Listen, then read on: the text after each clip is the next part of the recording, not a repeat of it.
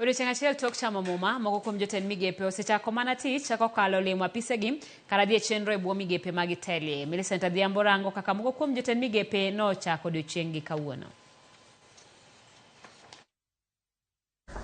E boma ma Nairobi, picha mago ka jatend migawo manyien mar jotije sirikal pachoka, Justin Muturi, nyono mos kochomo e apise. Jatelono manodonjo e apise mayudore Arambe House odiochieng' mokwongo ka jalwete luwo bang'e kalumo wuoth kotha leusi moromo dende ne odonjo e apis mondiso bedo e kome kendo yogo jogo manoyudo e apis kanyo ka oyango ni koro en mana chwedo tich ne jo Kenya. Karibu hii wizara ya utumishi wa umma.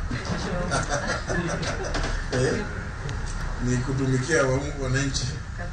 Bang'e to Muturi ne orwaki apisa yanga mondo chak tich kod jatelo mongirore e migawono Amos Gathecha. How are you? Kamwaro. Okay. Yes. Karibu. Yes.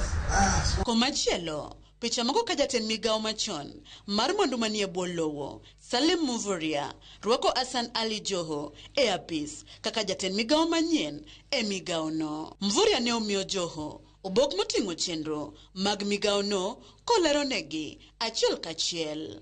So you are good to go, Your Excellency. The rest are policy documents, the MTP4, the fisheries policy, they are all the Mining Act, they are all here. Bang'e to Hassan Ali Joho ne osingo matayo migawono kaka owinjore kumane Salim Mvurya oweye godo ka olieko ni chal ka gima tich nitie mathoth mowinjore otim. I see you've done quite a bit of work, but let me assure you we'll take over from where you have left, volunteer for this country. And I'm grateful for the work that has been done so far.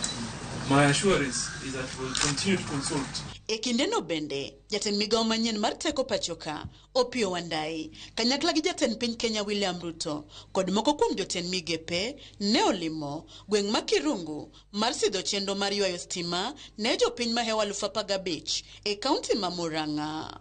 Magi biro mana tok seche 24 bang' jotend migepe 19 chamo muma. Millicent Adhiambo, Ramogi TV.